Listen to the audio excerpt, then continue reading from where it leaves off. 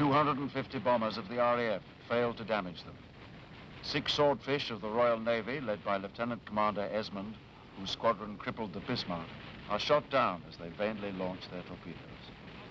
And the battleships managed to avoid further attacks from both destroyers and motor torpedo boats.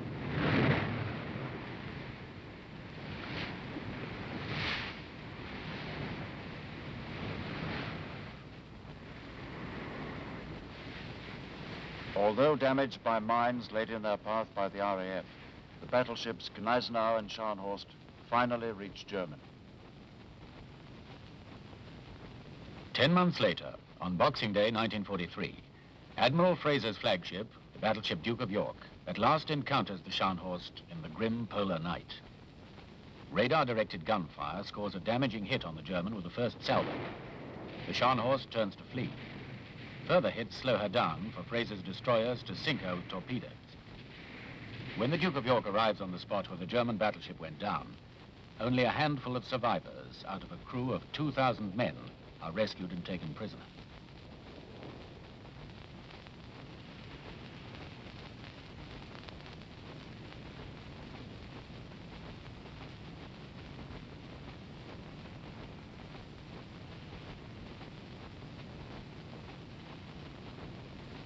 "25 years later, the end of the Scharnhorst remains for Admiral of the Fleet, Lord Fraser, a memory not only of a victory, but also of a tragedy. And then my destroyers attacked, and we felt the explosion of the torpedoes, and we knew she was finished. And then I closed her, and we opened fire again, so we weren't quite certain what happened. And then she turned over. Well, I never saw her go down, actually, but it was a terrible sight in a way to see a ship of that size going down that way with 2,000 people on board, including, I think, there were about quite a lot of young midshipmen, and we only picked up 30 because in those icy waters, of course, you don't last more than a couple of minutes. And that was the end of that battle. Dönitz now uses every means at his disposal to sink more and more ships. His motor torpedo boats attack like wasps as convoys skirt the British coast. With a crew of 3 or 4 men, a motor of 2,000 horsepower, and only their torpedoes as a load, they skim the waves at 65 miles an hour. They come in and take up positions off the Thames estuary, waiting for passing shipping. And after launching their torpedoes, they return at full speed towards the French coast.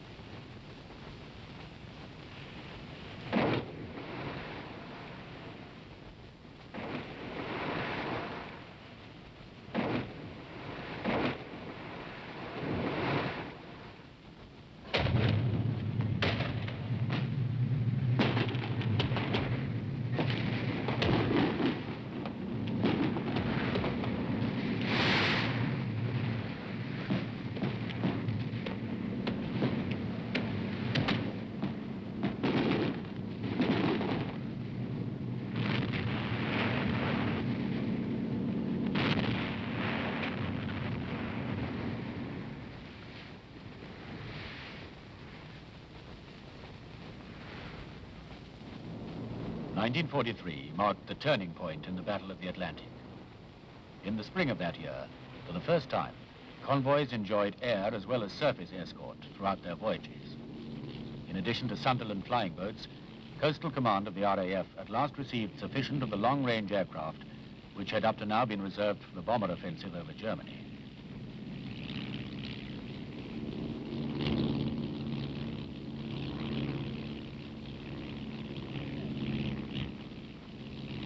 The combination of air and surface escort sent the U-boat loss rate rocketing.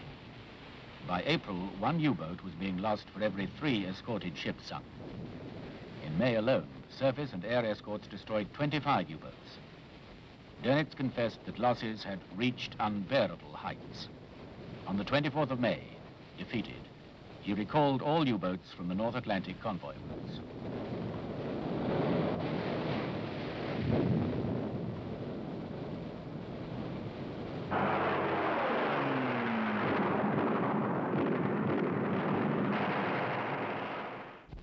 The triumph of 1943 was due to men like Captain Johnny Walker, Admiral Sir Max Horton, and their crews. One escort commander, Peter Gretton, now a vice admiral, recalls, "It was a very exciting time. My group were working in March 1943 when there were many losses, when the situation was very serious, and we were not depressed, but we were worried. Then suddenly, by a combination of circumstances, the situation seemed to change very quickly. I had the fortune to take part in 3 different convoys between the end of March 1943 and May 1943.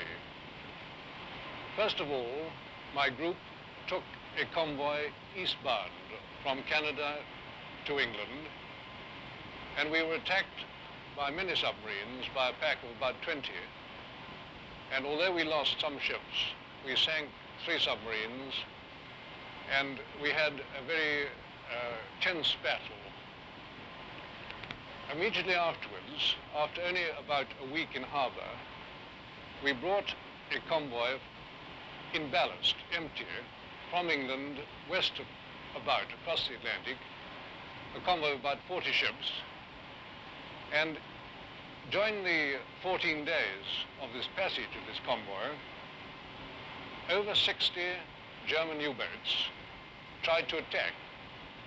This was far and away the biggest convoy battle of the war, and in the end, although we lost 12 ships, 7 German submarines were sunk by various causes, by surface ships, by aircraft, and in one case by a collision between 2 submarines. They came in together so close that they collided and sank each other. And then, only a week later, my group also escorted a 3rd convoy from Canada to England.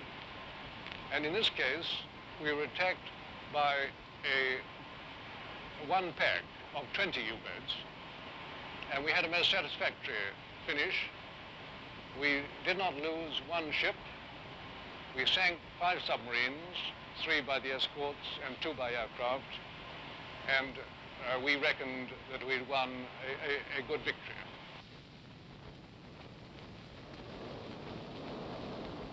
Meanwhile, in the Arctic, despite air and surface escort, some U-boats continued to harass the convoys to Russia.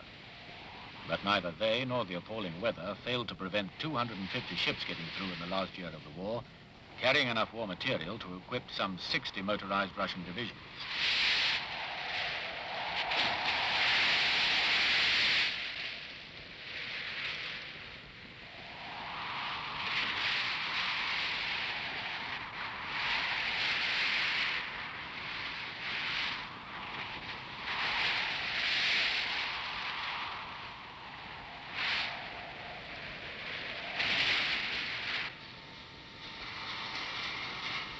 Dönitz refuses to give up and secretly builds underground factories safe from bombing.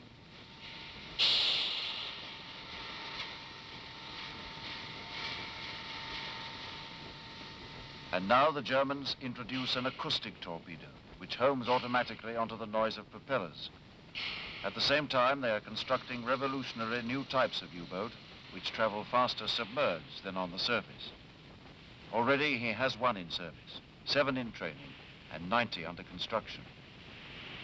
The Germans also developed the Schnorkel, which allows the U-boats to run submerged on diesel power in place of the old electric motors, and to run faster. But by now, under the supreme direction of Winston Churchill, the U-boat menace is almost at an end. With surface and aerial protection, Convoys carry into Britain the tanks, guns, and the men who will soon liberate Europe.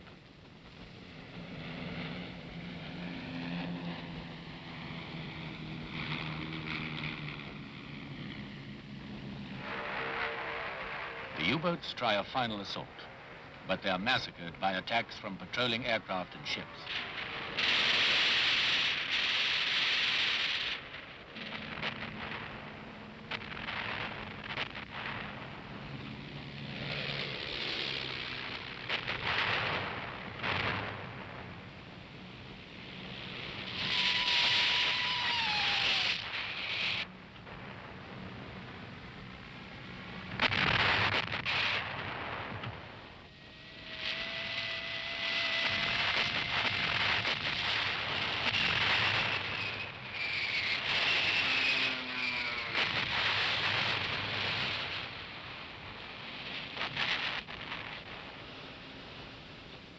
Right to the very end, Dönitz is able to find volunteers, but they know they go to almost certain death.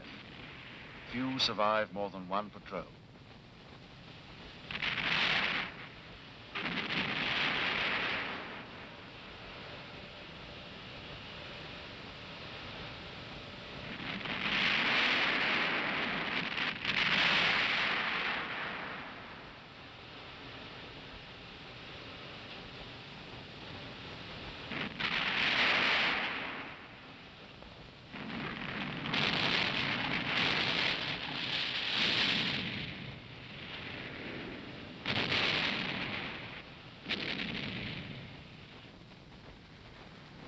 The end came suddenly.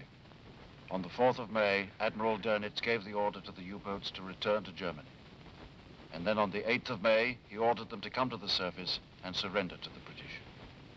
His last signal read, "You have fought like lions. Now I must give you the hardest order of your career.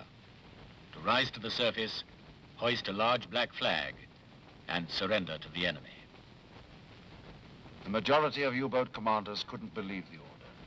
221 of them scuttled their vessels. And when the final count was taken, only 156 out of the original 700 U-boats were ever found.